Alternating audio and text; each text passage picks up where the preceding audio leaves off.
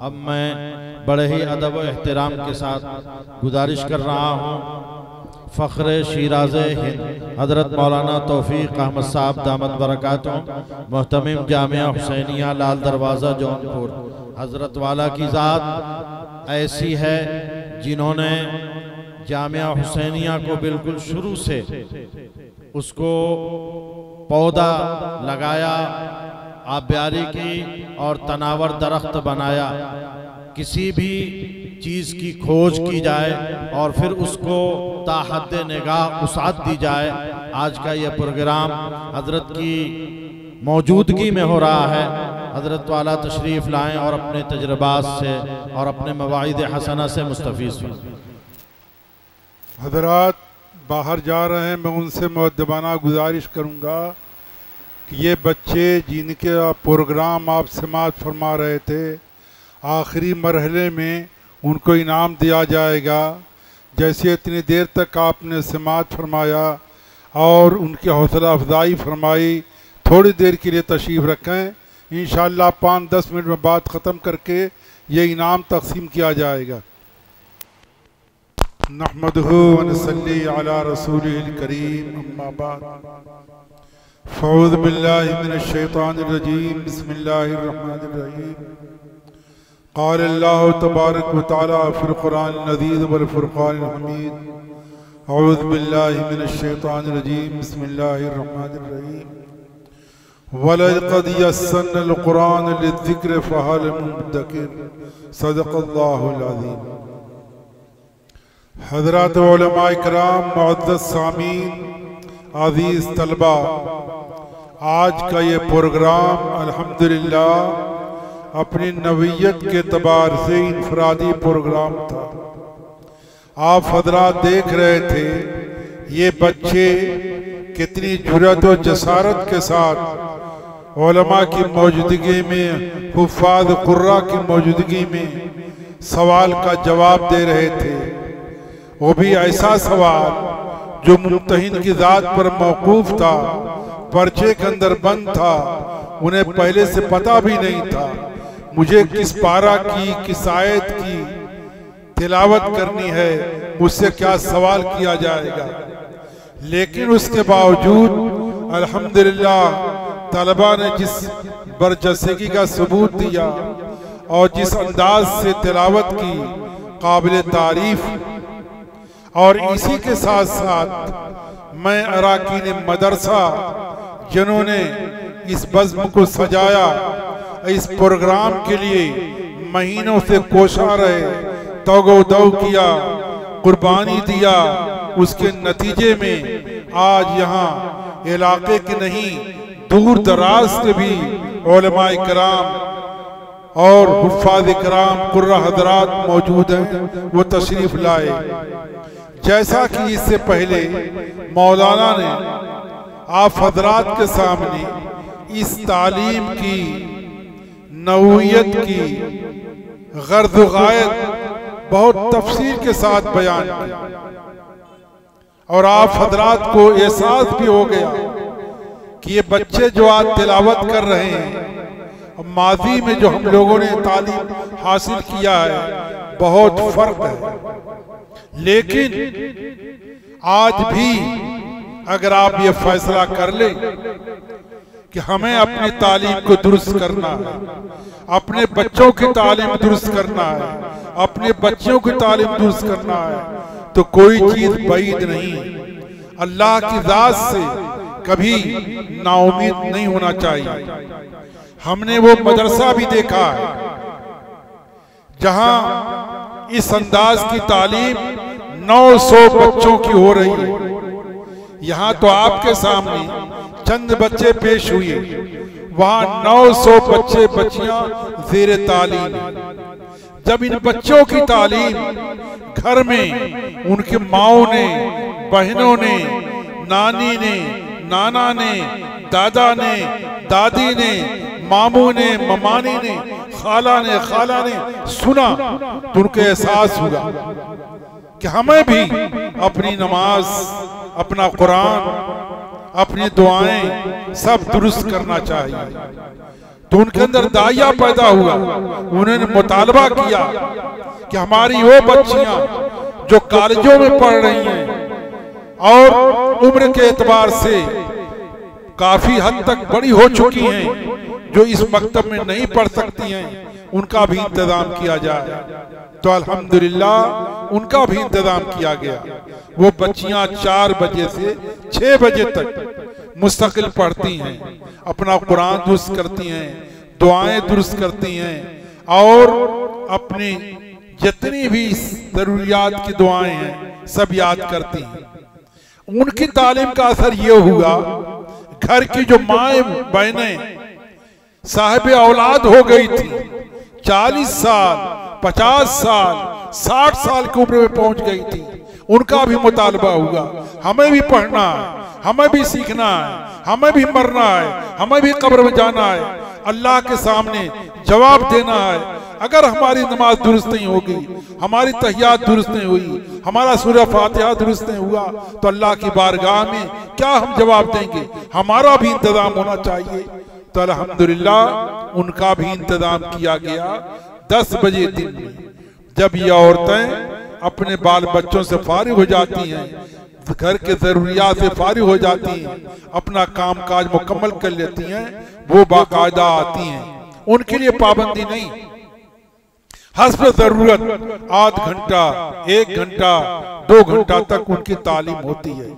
लेकिन पढ़ाने वाली लड़कियों को लड़कियां ही होती हैं, औरतों को पढ़ाने वाली तरबियत देने वाली मुअल्लिमात ही होती हैं। पर्दे के साथ बहुत उसका ख्याल किया जाता है। तो सही मानों में आज इस मजमे के अंदर हमारे जो नौजवान बूढ़े लोग जो उम्र के 50 60 70 साल तक पहुंच चुके हैं, उनको भी एहसास होता होगा कि जिन बच्चों ने तिलावत किया है, हम अगर मुआवजा करें तो हमारी अत्तहियात, हमारी दुआएं, हमारा कुरान शरीफ, हमारे तिलावत का जो तरीका है, कितना फर्क है। अल्लाह के हम क्या जवाब देंगे? उन्हें भी अज़्म मुसम्मम करके और इसमें लगना चाहिए। सबसे पहले अपने बच्चों की तालीम की फिक्र करें और उसके बाद अपने बारे में भी वो फिक्र करें। अल्लाह के यहाँ सवाल होगा। अगर इन नन्हे मुन्ने बच्चों को आपने सही तालीम न दिया, इनके लिए आपने बिल्डिंग बनवा दी, बैंक बैलेंस कर दिया, 1 दुकान भेजा 2 दुकान दे दिया, गाड़ी बाड़ी सबका इंतजाम कर दिया, अगर दीनी तालीम सही तौर पर आपने न दिया तो मरने के बाद यही बच्चे आपका दामन पकड़ेंगे, आपके दामन गिरोगे कि हमारे वालिद ने जो कुछ नहीं करना चाहिए था वो सब कुछ किया। क्या जरूरी है कि आपने अगर 1 बिल्डिंग बना दिया तो आपका बच्चा 2 बनाए? हो सकता है वो नाअहल नालायक निकल जाए, उसको ज़ाय कर दे। अल्लाह ने हर एक को पैदा किया है, सबका मुकद्दर बनाया है। मुकद्दर के एतबार से अल्लाह जिसको चाहता देता है, उसमें किसी कोई दखल नहीं। लेकिन हर बाप इस बात का मुकल्लफ है, चाहे लड़का हो चाहे लड़की हो, उसे पहले दीनी तालीम दे। और दीनी तालीम देने के बाद ये कुछ नहीं कहा गया दुनियावी तालीम के एतबार से कि उसे दुनियावी तालीम नहीं देना चाहिए, दीजिए, शौक से दीजिए। लेकिन अगर लड़कियां हैं तो पर्दे के साथ, लड़के हैं तो निगरानी के साथ। आजाद नहीं छोड़ना चाहिए। अगर आपने आजाद छोड़ दिया तो उसके बाद भी आपसे सवाल होगा। अब इस ज़िम्न में मैं सिर्फ चंद बात कह करके आपसे रुखसत होना चाहूंगा कि हर आदमी के लिए 3 काम जरूरी, चाहे पढ़ा लिखा तबका हो, चाहे जाहिल हो, मर्द हो या औरत हो, जवान हो या बूढ़ा हो, बच्चे हो या बच्चा हो, सबको 3 काम करना जरूरी है। अगर ये 3 काम नहीं किया तो उसे कब्र से लेकर मैदान महशर से लेकर हर जगह नाकामी का सामना करना पड़ेगा। गौर से सुन ले अहले मोहम्मदाबाद, कोई नई बात नहीं पेश करना चाहता हूँ, वही बात पेश करना चाहता हूँ जो कुरान हदीस में है। वो 3 काम क्या है? पहला काम तो यह है, हर आदमी के जिम्मे सही दीन का सीखना। सिर्फ दीन नहीं, सिर्फ नमाज नहीं, सही नमाज, सही दीन, सही कुरान, सही तिलावत, सही जिक्र, ये कहां आप सीखेंगे? ये उलमाए किराम, ये हुफ़ाज़े किराम, ये मकातिब जो आज चल रहे हैं, जो आपके गांव में 5 मकतब चल रहे हैं, और इंशाअल्लाह उनकी बरकत से आप देखेंगे कोई मस्जिद खाली नहीं रहेगी, आपके अंदर खुद ब खुद दाइया पैदा होगा। तो पहला काम हर एक के लिए सही दीन का सीखना, और अल्लाह ने दीन को आसान बनाया। युरीदुल्लाहु बिकुमुल युस्र वला युरीदु बिकुमुल उस्र, अल्लाह ने दीन को आसान बनाया। ये हो तो हमने मसाइल पैदा कर दिए हैं हर चीज में, शादी हो तब भी, ब्याह हो तब भी, मरना हो तब भी, जीना हो तब भी। अब मरने के बाद पहले घरों में, पड़ोस में, खानदान में थोड़े थोड़े खाने पककर आ जाते थे, सबकी ज़ियाफत हो जाती थी। अभी तो इधर जनाजा रखा हुआ, उधर देख कराने लगता। बताइए ये क्या, कहां से ये रवाज चल पड़ा? उधर देख पक रहा और इधर मैयत घर में रखे। तो बिरादरान अजीज, सही दीन का सीखना सबके लिए जरूरी, और अल्लाह की तौफीक से जब आपने सही दीन सीख लिया तो उस पर अमल करना भी जरूरी है, सिर्फ सीखना काफी नहीं। सही दीन सीख लिया तो उस पर मरते दम तक, जब तक जिसमें रूह है, उस पर अमल करना भी जरूरी। और ये 2 काम आपने कर लिया तो तीसरा काम भी आपके लिए जरूरी है, उससे मफर छुटकारा नहीं। क्या है? वो दीन की इशाअत। सबसे पहले आपको अपने घर वालों की फिक्र करनी। या अय्युहन्नास कू अनफुसकुम व अहलीकुम नारा, कुरान ने साफ साफ ऐलान कर बता दिया। सबसे पहले आप अपने घर की फिक्र कीजिए। मेरी नमाज दुरुस्त है, मेरी तिलावत दुरुस्त है, मेरा कुरान दुरुस्त है, तो मेरे घर में एक एक बच्चे की तिलावत, एक एक बच्चे का कुरान, एक एक बच्चे बच्ची की दुआ दुरुस्त होनी चाहिए। क्यों जरूरी है? इसलिए कि आप उनके खाने की, पीने की, दवा की, इलाज की, मकान की, दुकान की, गर्दे की 24 घंटा उनके राहत रसानी की फिक्र करते हैं, जबकि दुनियावी जिंदगी के लिए, चंद रोजा जिंदगी के लिए, जो हमेशा की जिंदगी है, जो अबदुल आबाद की जिंदगी है, उसकी फिक्र कौन करेगा? आपके घर की फिक्र कोई दूसरा बाहर का आदमी करेगा, या आपने जिसको इमाम बना लिया, या जो मौलवी साहब मकतब में मदरसे पढ़ा रहे हैं वो जिम्मेदार हैं? नहीं, पहली जिम्मेदारी आपकी। आपने सही दीन सीख लिया, अमल कर रहे हैं, तो पूरी कोशिश कीजिए मेरे घर में एक एक बच्चा, एक एक बच्ची, मर्द हो या औरत, सही दीन सीखे और दीन पर अमल पैरा रहे। उसके आगे अल्लाह आपको तौफीक दे। आप खानदान की फिक्र कीजिए, मोहल्ले की फिक्र कीजिए, इलाके की फिक्र कीजिए।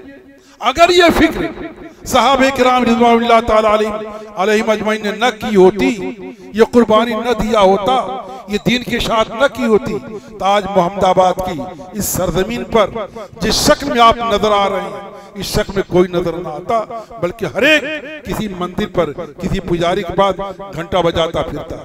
ये उन्हीं का फैज़ है, उन्हीं की कुर्बानी का नतीजा है।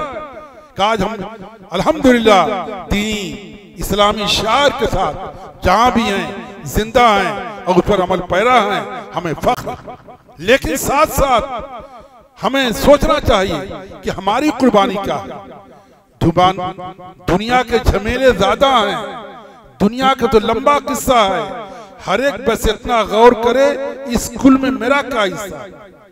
दूसरों पर तनकीद करने की जरूरत नहीं, अपनी फिक्र करने की जरूरत है। और जो आदमी अपनी फिक्र कर लेगा, कभी भी दूसरों पर तनकीद नहीं करेगा, बल्कि हम वक्त उसे कुछ न कुछ अपनी कमी नजर आएगी। इसलिए आप हजरात से मुअद्दबाना गुजारिश है, इस तालीम को बढ़ाइए, हर मस्जिद में उसका नज़्म कीजिए और अपनी कमाई का एक हिस्सा इस पर लगाइए।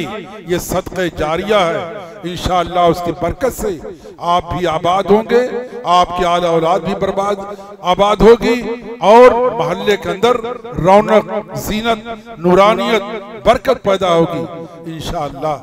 मैं इन्हीं बात के साथ अपनी बात खत्म करना चाहता हूँ। वमा अलैना इल्लल बलाग।